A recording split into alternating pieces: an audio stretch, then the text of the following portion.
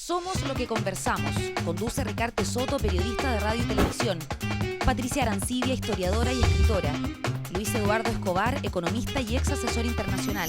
Sergio Mico, abogado, filósofo y cientista político.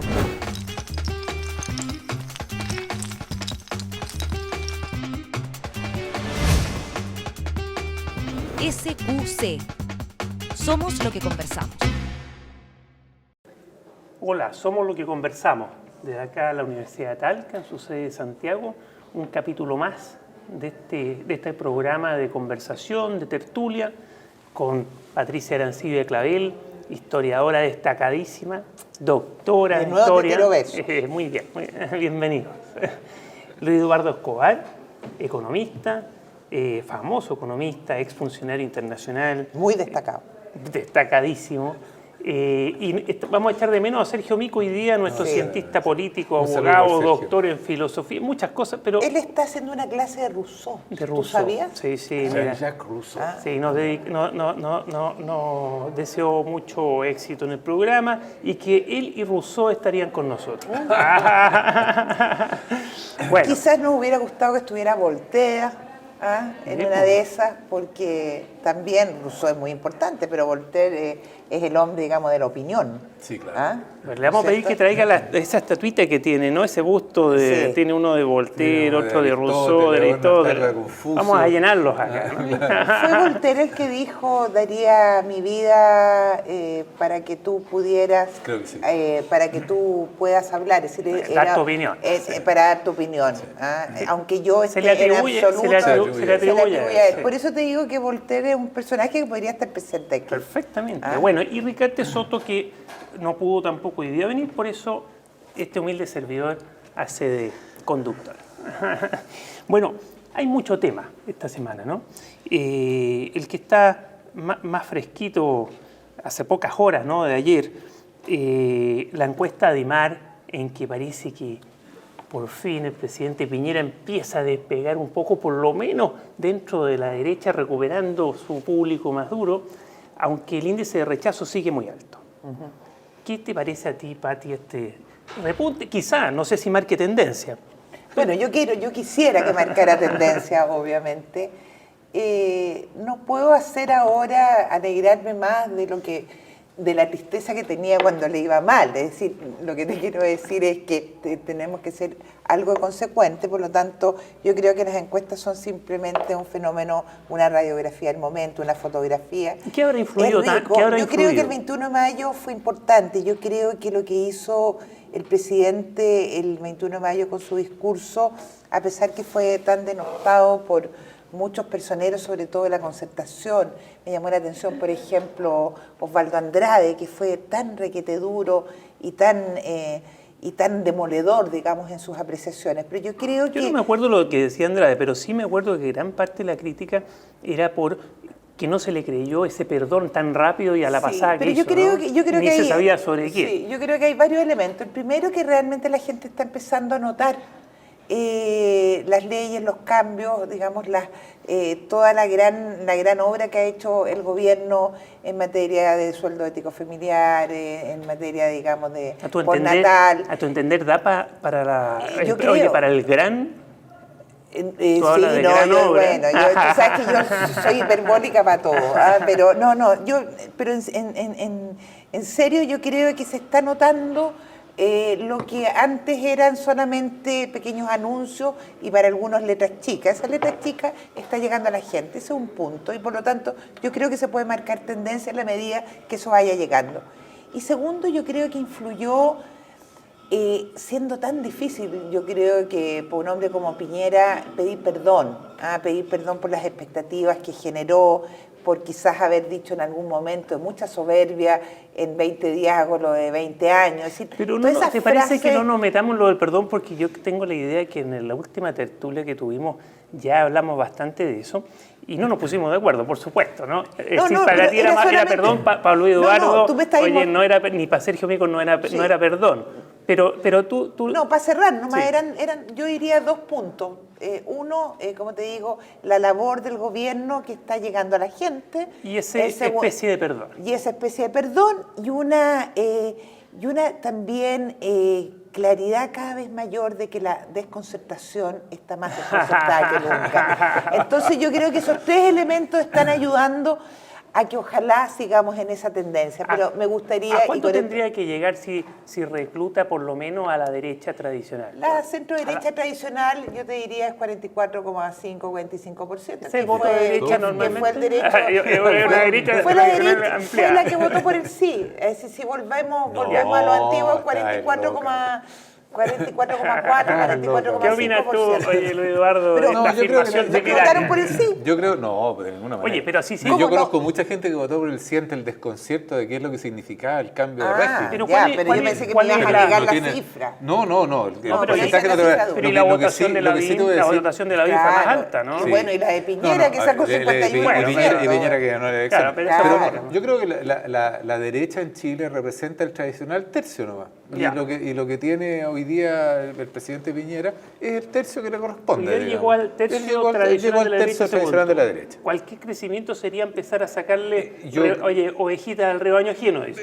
Bueno, o que su gobierno tiene más aceptación. Yo diría que de ahí a que eso se transforme en votos en una próxima elección hay un salto más o menos grandote. Como quedó demostrado en el caso de la presidenta Bachelet, que se fue con 80% de aprobación, más o menos, ¿no? Y sin embargo ganó Piñera y no ganó la ¿A concertación. qué atribuyes tú este repunte de Piñera para por lo menos estar calzado, según la encuesta de Mar, con el voto que tú dices que es el voto tradicional de derecha?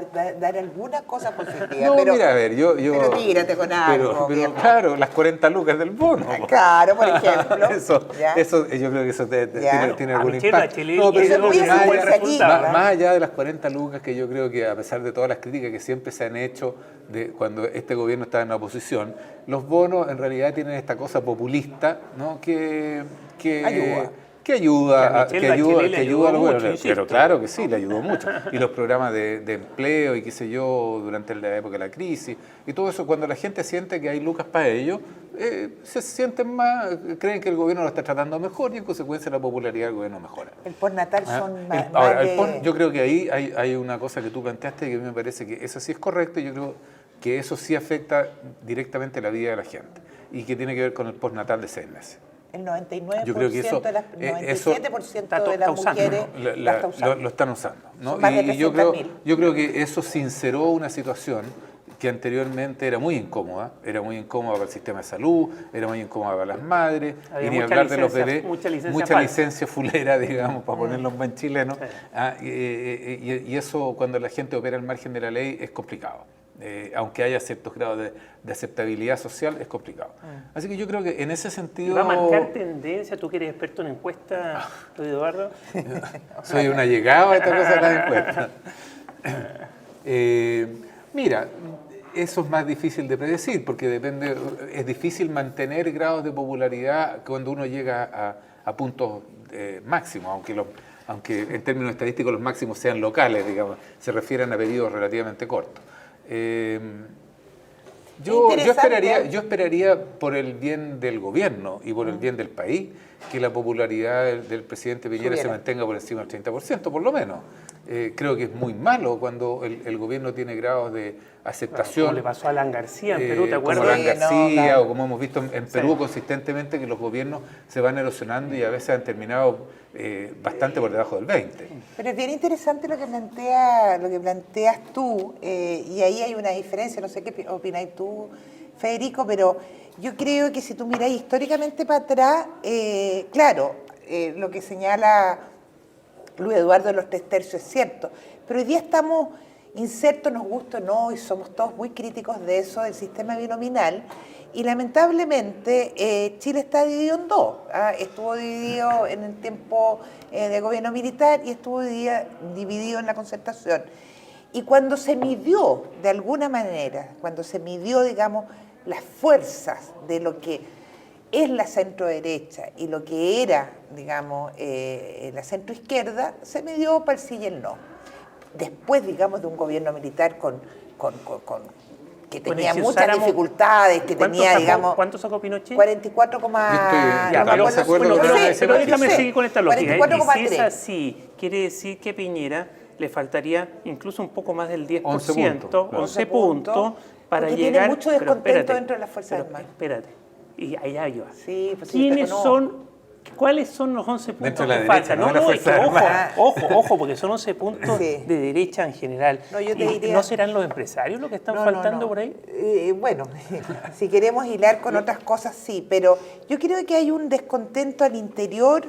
A ver, Piñera llegó al 51, es decir, por lo tanto le falta bastante, no le faltan los 11 para los 44. No, pero para la derecha, para lo que tú dices que es la votación de... Yo creo que hay un descontento en una parte de la derecha, que pensaba que se iba a hacer un gobierno de derecha, y lo que hemos visto no es un gobierno de derecha. ¿Qué es lo que es un gobierno de concertación?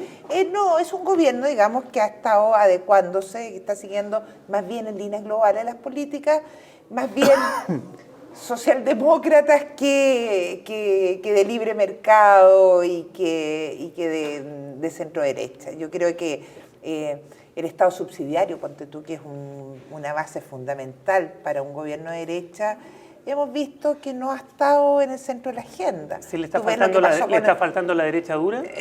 Claro, yo creo que la derecha dura, pero más que la derecha dura... Me interesa lo de los empresarios porque ha habido bastante intervención en el último tiempo de empresarios relevantes, de una u otra forma, que han marcado una diferencia con el gobierno y un llamado de atención, ¿no? A mí me gustó lo que mandó hace pocos días Luis Eduardo para que lo leyéramos. Yo no lo había visto, creo que es la tercera, un artículo de Engel en relación justamente cómo los empresarios están de alguna manera poniéndole un coto, ¿no es cierto? Poniéndole freno a este apoyo maravilloso que, por ejemplo, Somerville le daba a Lago, ¿no es cierto? Lago era... A Michelle Bachelet mucho más. Y a Lago y Michelle Bachelet eran digamos, yo amo a Bachelet, yo amo a Lago.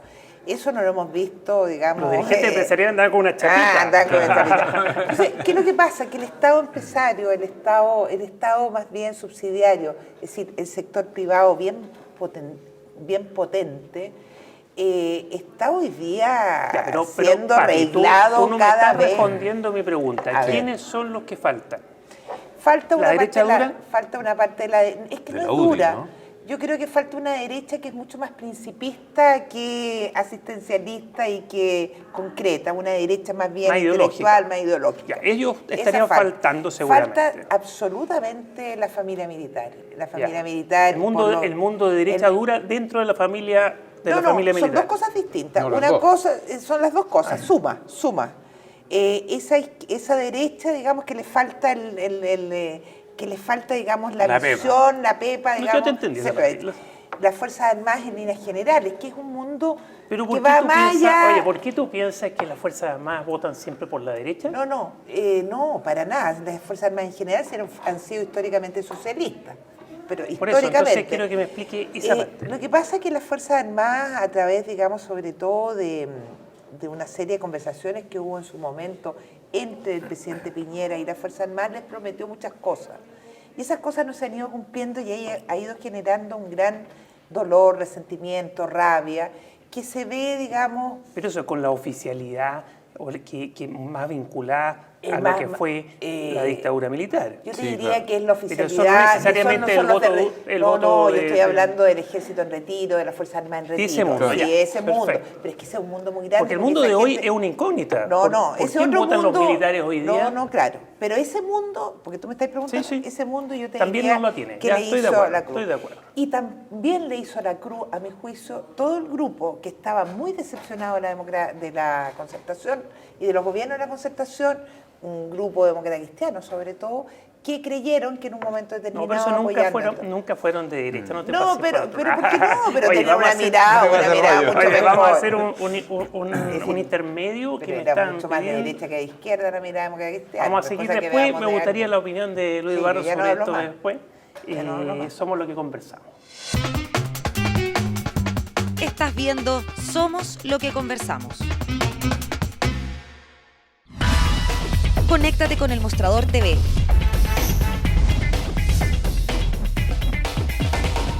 Búscanos en Facebook. Síguenos en Twitter. Comparte nuestros videos. y revisa nuestra web. Nos mantenemos conectados a ti gracias a las redes. El Mostrador TV.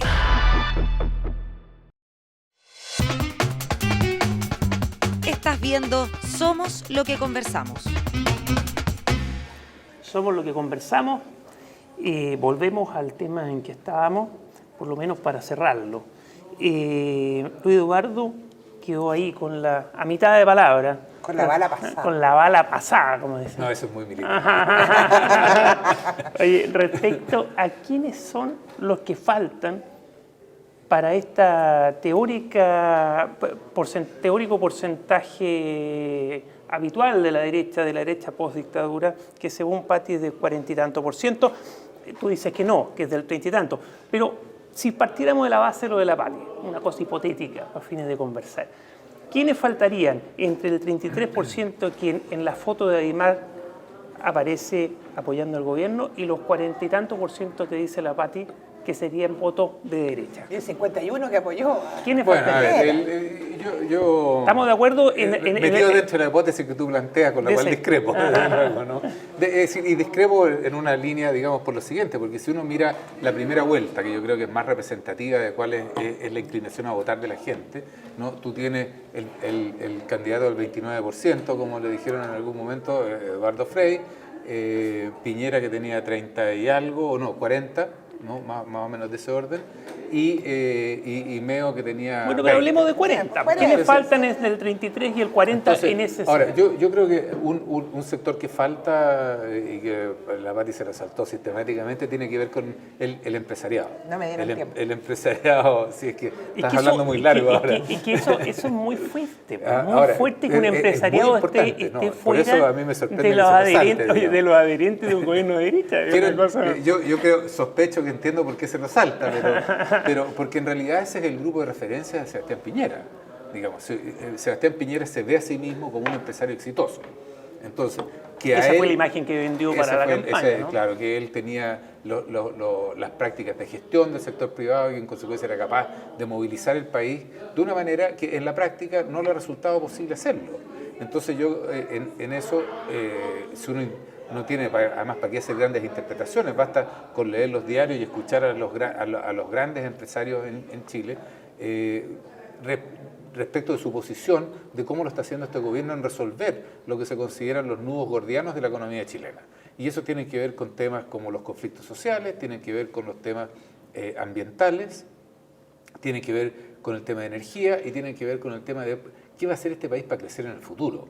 ¿Y qué semáforos crecer en el futuro sin aumentar la brecha de desigualdad que genera... Porque eso a los empresarios les preocupa menos. Pero eso ya importa, pero claro, varias de las intervenciones empresariales, porque hay conciencia de que eso trae inestabilidad. Bueno, yo creo que esa es una conciencia creciente. Yo creo que hace, digamos, 5 años atrás habían algunos empresarios que ya se habían dado cuenta, y los eventos de 2011...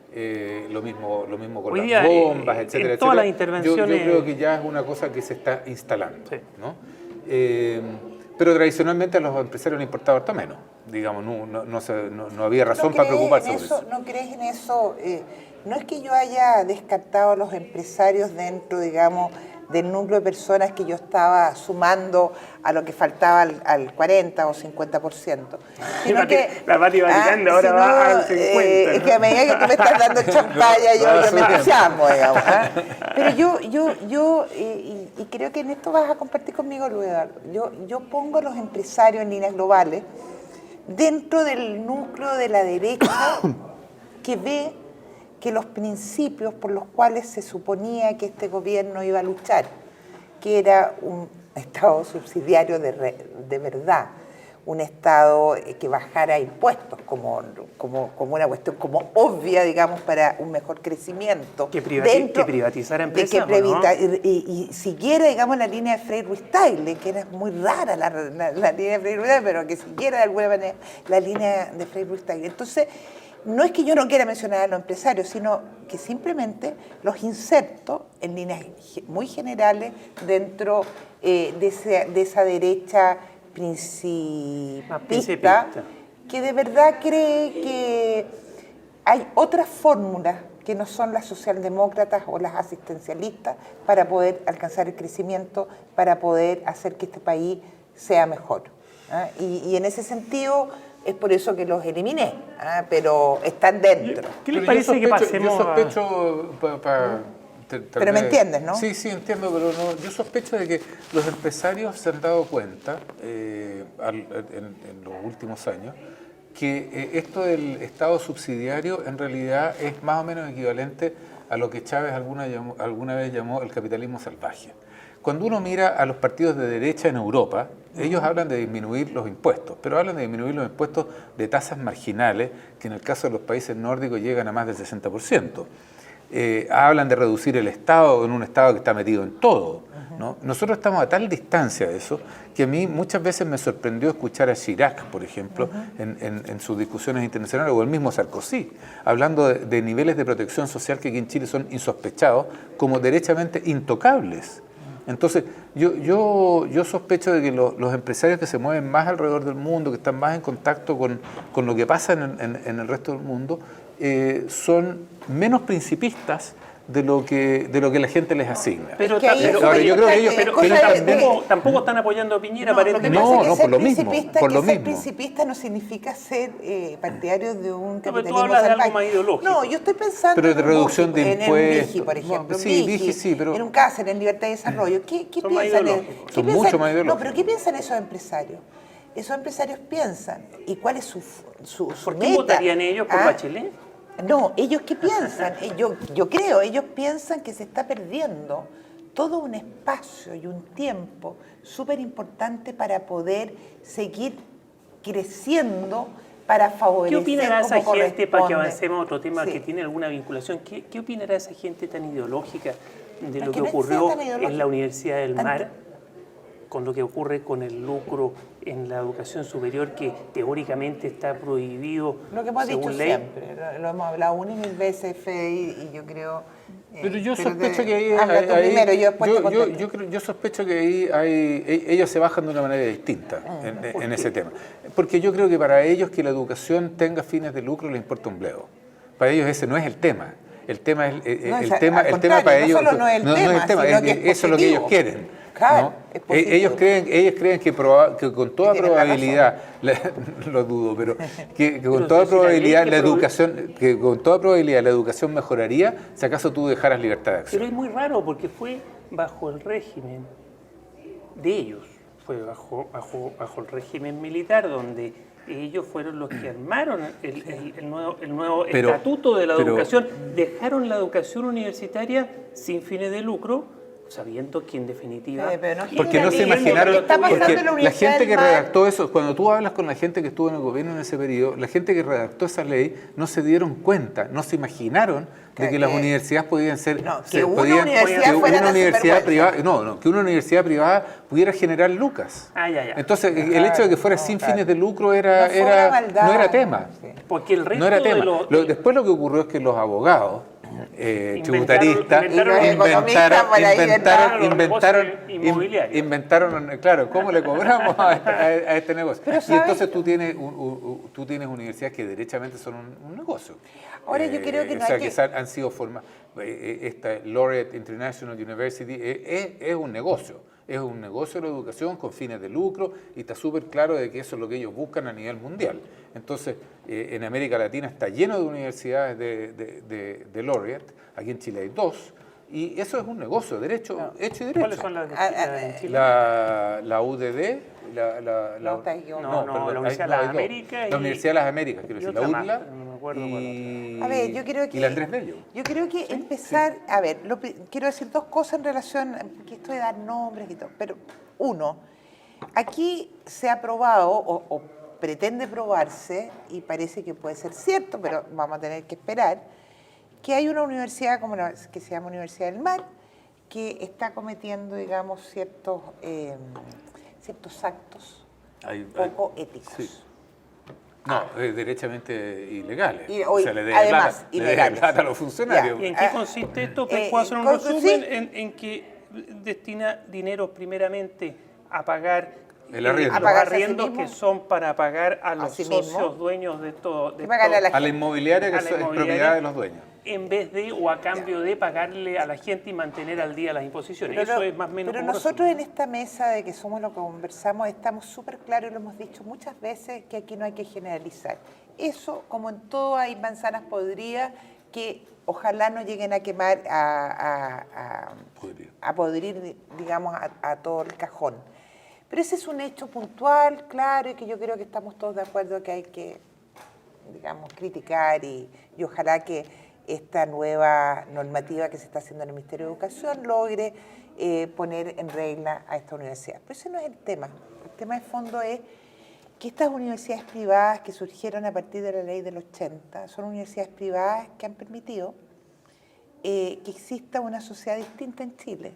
El porcentaje altísimo de la gente que está justamente marchando por las calles el año 2011 es gente que de alguna manera tuvo por primera vez en su vida la oportunidad de entrar a una institución de educación superior. Y tú lo atribuyes. Entonces, yo digo, a eso, es decir, a la creación, a la existencia, pero obviamente ¿con posibilidades de lucro o sin posibilidades? Con posibilidades de lucro, porque yo porque yo pienso que nadie va a ir a hacer es decir, si creemos de verdad que existe la gente buena onda que hace las cosas por solidaridad y por amor al prójimo, bueno, fantástico. Pero yo creo que los privados tienen, no son Santa Teresa de Calcuta. Los privados buscan, como todos, como tú, como esta universidad y como todas las universidades del mundo, entregar, obviamente.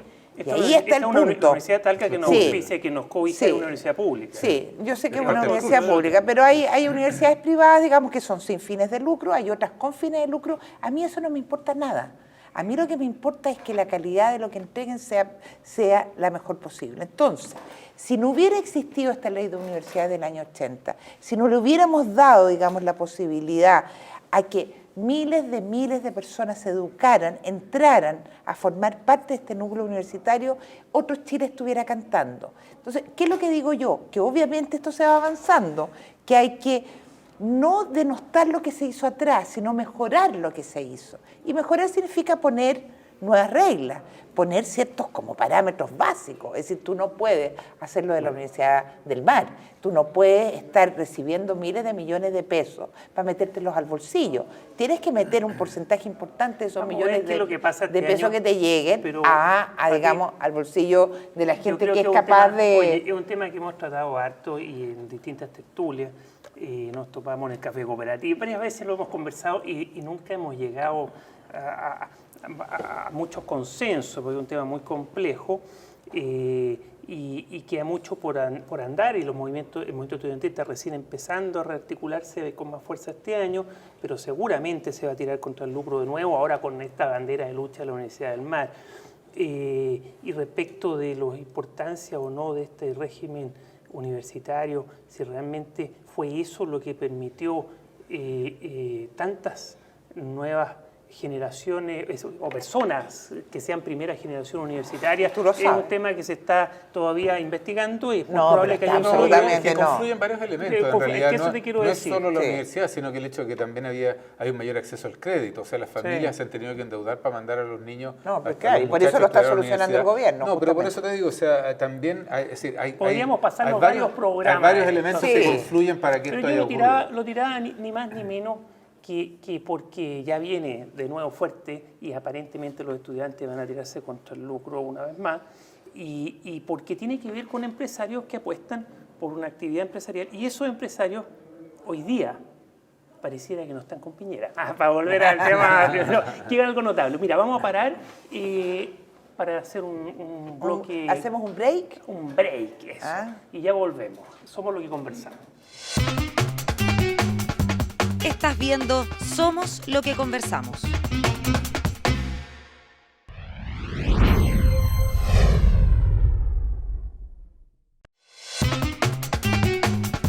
Estás viendo Somos lo que conversamos. Hola, somos lo que conversamos, volvemos.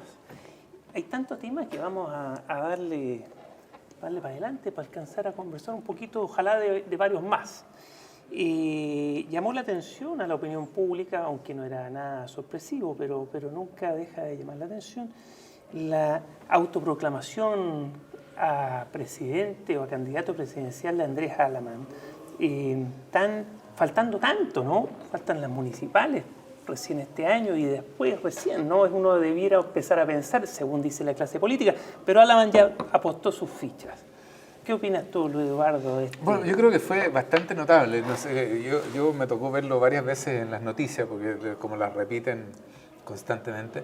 Es bien interesante si ustedes se fijan en cómo ocurre esto. Al final del discurso de Alamán estaba sin los lentes. Y él necesita lentes para leer, al contrario de mi caso. Yo dije, yo soy miope, entonces él tiene presbicia. Entonces ustedes ven de que cuando llega al final, a cerrar el discurso, el tipo busca sus lentes, se los pone y lee, que es una cosa muy característica de alguien que no quiere cometer un error en el fraseo que va a utilizar para explicar lo que va a decir. Pero un político cuidadoso, ¿no? Sí. Entonces, el fraseo que él hace es que él está dispuesto a aceptar si hay alguien, ¿no? o si a alguien le encarga la responsabilidad de ser candidato. Me pareció una manera muy elegante de frasearlo, pero sin duda lo que hizo fue lanzar su candidatura. Yo creo que no es bueno para el gobierno, y creo que en eso Lagos lo hizo bien, cuando llamó a Soledad Alvear y a Michelle Bachelet y le dijo, mire señoras, ustedes van a ser candidatas presidenciales, yo quiero su renuncia y hasta luego. Ahora, pero ese proceso se demoró mucho más en el gobierno anterior. Y yo encuentro que Lagos logró controlar y mantenerlas, calladas mucho más tiempo. Lo que es muy difícil de hacer, sobre todo con personalidades como las que estamos hablando. O sea, Alamán es un tipo que lleva en política miles de años y que ha sido precandidato presidencial. Y ha tenido toda esta pelea con Piñera ya desde antes. Desde antes. Y Goldborn es un candidato muy poderoso que sin tener una tradición política es un tipo de una personalidad bastante fuerte y que tiene claro lo que quiere. ¿Por qué no conversamos francamente? Entonces yo creo que en eso yo lo lamento por Piñera, porque yo creo que le complica el gobierno a Piñera tener a dos candidatos presidenciales que están corriendo. Pero los puede sacar, ¿no? Los puede sacar, pero de hecho, los cambios de gabinete... a Defensa le vendría bastante bien la salida de Alamán, ¿no? Tiene 5 ministros de energía en los 2 años y medio que lleva, tiene 2 ministros de Economía, tiene 2 ministros o 3 ministros de Defensa. Es muy complicado cambiar de ministro a cada rato. No es una pega que uno aprende en el colegio. Vamos de lo macro a lo micro. Lo macro es que tiene mucha razón, Eduardo. Lo que pasa es que el periodo presidencial es muy corto y yo creo que todo el mundo se está dando cuenta de eso. 4 años implica, digamos, que a los 2 años... ¿Hubieras querido tener más años de Piñera? Pero obviamente. Oye, yo soy ateo, pero que Dios nos salve. Así como tuvimos 6 años de Frey, Dios me libre. Pero en fin, fue largo, en fin. Pero te quiero decir que hay un consenso más o menos claro, hay un consenso más o menos claro de que 4 años para hacer una verdadera política de Estado y un buen gobierno es poco. Pero ese es un tema macro, pero vamos ahora y que debiéramos abordar porque es súper interesante. En segundo lugar, el tema de las candidaturas. A mí me encantó escuchar el domingo pasado a Carlos Larraín, presidente de Renovación Nacional, diciendo las cosas como a él le gusta decirlas, por su nombre. A ver, dejémonos de cuenta. Aquí hay, en el gobierno hay 3 candidatos, Alamán, Goldborn y Longueira. Longueira parece que está hoy día en las encuestas bastante más bajo. Y lo que va a pasar... Por empeño no se queda. Por empeño no se queda. Pero en definitiva lo que va a pasar, y es absolutamente claro que va a pasar, más tarde o más temprano, es que de esos 3 va a quedar uno. La lucha real, a mi juicio, es entre Goldborn y Alamán. Alamán, que representa, digamos, la experiencia política, una capacidad, pero sin límite, digamos, para llegar a acuerdos, un hombre de gran estatura, ¿no es cierto?, política. Y por otro lado, pero inserto de alguna manera en los partidos y en las cúpulas. Y eso yo creo que le va a jugar en contra, versus un Goldborn que es la novedad, es la renovación, es lo que fue la Bachelet. Pero vámonos Termino.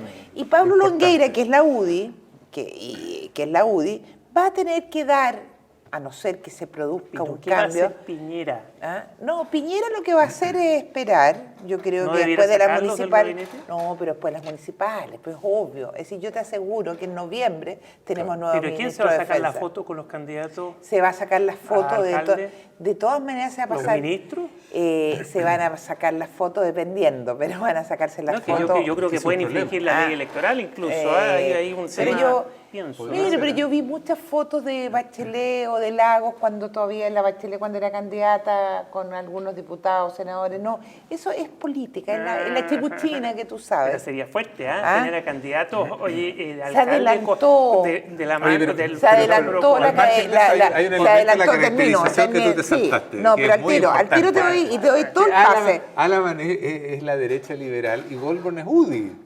Entonces, No, aquí Goldborn era UDI. lo que está haciendo Longueira es posicionarse de tal forma de obligar a Goldborn a negociar con él para evitar de que si acaso Goldborn es el candidato, le salga un Piñera que no tenga la posición Es un ideológica. buen punto, que él la necesita. negociación de Y la eso UDI para es tener muy más- importante. fuerte. O sea, como lo dijo Longueira, si yo me puedo, lo dijo de una arrogancia poco feliz, creo yo, pero él dijo, si yo quiero si yo quiero ser candidato por la UDI, no me cuesta nada. Lo dijo en una entrevista en el Mercurio lo dijo. el domingo antepasado. Es típica frase de Longueira. Pero sí, él va a negociar seguramente. Ese- Ahora, ese es muy su buen juego. político, Longueira, por supuesto. Gran favor. político. Oye, Y un pero- hombre que fue capaz en el Oye, momento ¿qué de la va a pasar concertación con de salvar a la ¿Qué va a concertación. pasar? Es verdad eso. ¿Qué va a pasar con la cartera de defensa, Pati? Esta vinculación de un sí, ministro, a mí me de da un mucho- ministro en campaña. Mira, Bueno, no se sé puede si poner la Pero te Escuché- lo digo, tipo, que yo Sí. sé que este tema te importa y defensa es un tema de largo plazo, no es de Sí, corto plazo. ¿sabes ¿no? que escuché, no sé si a Rodríguez Elizondo o a alguien del mundo de relaciones exteriores? A mí me preocupa mucho porque, y yo creo que al mismo Larraín,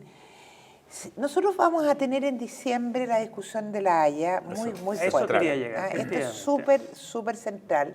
Tenemos permanentemente el tema, digamos, del mar para Bolivia. Es decir, nuestras relaciones con los vecinos, incluso con Argentina en todo el tema económico, es tremendamente difícil, complejo. Y Yo tenemos creo una cartera de relaciones exteriores que con está- flaqueza, con con- bastante flaqueza. No, yo no, creo que eso yo estaba... no diría que, perdón, yo ¿No? soy Ah, ya, una ¿qué? gran defensora de Moreno. Yo Yo también. creo que él ha hecho una súper buena política, no, para nada. Pero sí me preocupa que de alguna manera hay que estar 100% en este cuento, porque el cuento de La Haya es muy importante. A mi juicio hay muy mala comunicación. Yo entrevisté el otro día a Juan Gabriel Valdés para el Diario Financiero y le encontré toda la razón. Él es un socialista, pero un gallo muy inteligente. Me dijo, el problema que tenemos es que de repente no estamos comunicando lo suficiente a la ciudadanía lo que se nos viene. Más No, bien no nos va solo a la mal. ciudadanía, sino que hacia afuera. No, bueno, pero más allá hacia afuera de la ciudadanía, es decir, nosotros tenemos que estar preparados, ojo, Sí. más allá de toda esta ¿Tú temática indicas política. que vamos a perder Entonces, algo en ese fallo de La Haya? yo no lo sé, pero lo que te puedo Todo decir el es que un ambiente que ministro hay. de Que hay- Relaciones Exteriores, porque quiero retomar, el ministro de Relaciones Exteriores tiene que estar 100% puesto en eso. Por lo tanto, ¿No? yo ¿Y el creo... ministro de Defensa? El ministro de Defensa, perdón, a Los eso dos. voy, los dos obviamente, pero iba el ministro de Defensa, perdón. Y lo que quiero decir con esto es que yo creo, como esto es en diciembre, creo que octubre va a ser una buena fecha después de las municipales para hacer el cambio, no vamos a esperar ¿No enero. será tardío? No creo que sea tardío porque yo creo que, supongo yo, que el presidente de la República va a saber elegir a un muy buen ministro de Defensa. Ajá. ¿Y el tema con Bolivia, Pati? A propósito. Complicado. Yo no sé, ¿tú pensáis, tú eres partidario de alemar a Bolivia, Luis Eduardo? Sí, yo creo que el principal aporte que hizo Pinochet a la nación fue su propuesta a Bolivia. Yo creo que ahí Pinochet... Más porque tuvo- pone en jaque a los peruanos. Tuvo una posición... No, pero y a mí me parece que en realidad él se jactaba de ser un geopolítico, digamos, ¿no? Y yo creo que él entendió de que gran parte de los problemas que Chile tiene en su vecindario inmediato tienen que ver con el problema de la falta de resolución del tema de Bolivia y el hecho, efectivamente, de eventualmente poner a Bolivia como un colchón entre Perú y Chile. Que no deja de ser una cosa en la posición importante para nosotros. por el tratado de decirle que no a Bolivia. No, claro, pues, Y porque eso la es una- decisión es de los es tres. tal cual. Pero yo creo que aquí hay que tener mucha claridad y yo en esto no me equivoco porque, es decir, me puedo equivocar. No Nunca, te digo no me Pati, equivoco. nunca te No, equivocas. yo siempre me equivoco, muchas veces me equivoco. Lo que te quiero decir es que tengo en esto No te una posición, confundas, es lo que te quiero decir. una posición clara. Yo no tengo ningún problema de alemar a Bolivia, pero en la medida en que no sea gratis. A ver, mis bisabuelos, mis tatarabuelos y los tatarabuelos de miles de chilenos lucharon en la Guerra del Pacífico y no va a ser por nada. Nosotros tenemos un territorio que tenemos que defender. Pero yo estoy dispuesta a todo tipo de transacas en la medida que eso también me traiga, pensando en el futuro, me traiga posibilidades de desarrollo y de mejor posibilidades para Chile. Y yo veo que Bolivia está sentado en el gas, está sentada en una cantidad enorme de energía que nos puede ser muy útil. Entonces, lo primero, darle mar a Bolivia, pero siempre con una compensación. Pero eso fue lo que propuso Pinochet. No, por eso. Por eso, o sea, tú usaste bien la palabra. Tiene que haber una transacción. Negociación. Una negociación. Si regalar gratis, no, yo no lo voy a dar gratis. Yo nunca he dicho de regalarle el mar a Bolivia. Tú que eres un poco norteamericano, es decir, estadounidense para estas cosas, una negociación win-win. Pero claro, pero y como dice Patricia, o sea, no es que Bolivia esté sentado en el gas se lo está vendiendo a Argentina y a Brasil en cantidades industriales. Ahora, ¿no? hablaba con el taxista, los taxistas a mí me encantan. Ya, con esta anécdota del taxista terminamos. Los taxistas son sí, porque esto tiene que ver con el sentido común. Son el sentido común. El sentido común de la calle. ¿Usted está de acuerdo con entregarle mar a Bolivia? Sí, me dijo, no tendría problema si es que me dan el gas. Le dije yo, ¿y cómo lo haríamos? Chuta, es que yo tengo desconfianza, me dijo los bolivianos, porque pucha, han pasado 20, 30, 40, 50 presidentes cuando en Chile, digamos, se ha seguido, salvo ciertas excepciones, se ha seguido un cambio, digamos, bastante normal. Entonces, nuestro problema es la confianza. Nos pasó con Argentina, no quiero que nos pase con Bolivia. Pero hay una muy buena disposición de Chile. Era un geopolítico. El tipo era total. Las encuestas no muestran lo que tú dices. Sí, este es un taxista excepcional. Sí, porque un taxista el chileno medio, en general, por las encuestas que uno conoce, y por las cada vez que se pregunta, que uno mismo realiza, ¿no? Es que el chileno medio es bastante básico y es muy patriotero en esto y no le gusta entregar nada. Cuestión que yo creo que está equivocado. Yo creo que parte de vivir en comunidad, y esto es un vecindario, es dar y recibir. Nos ayudaría mucho. Ahora, el problema es la confianza.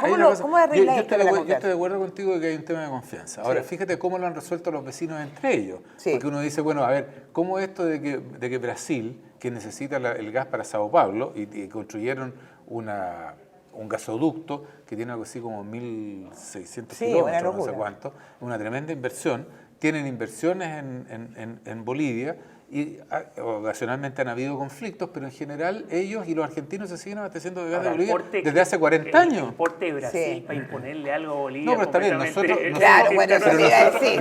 nosotros en relación a Bolivia también somos enormes. Estamos de acuerdo. ¿no?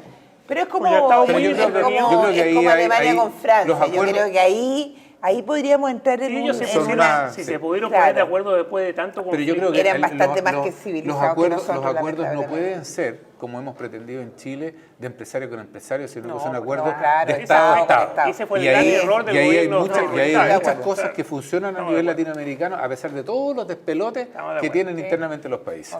El apoyo del Estado es fundamental en eso. Central. Hemos concluido con nuestro Somos lo que conversamos. Si empezamos recién. Breve pero entretenido. Desde la Universidad de Talca, en su sede de Santiago, nuestro auspiciador. Y nos vemos la próxima semana. Muchas gracias. Qué rico conversar, ¿eh? Por supuesto. Es muy rico, sí.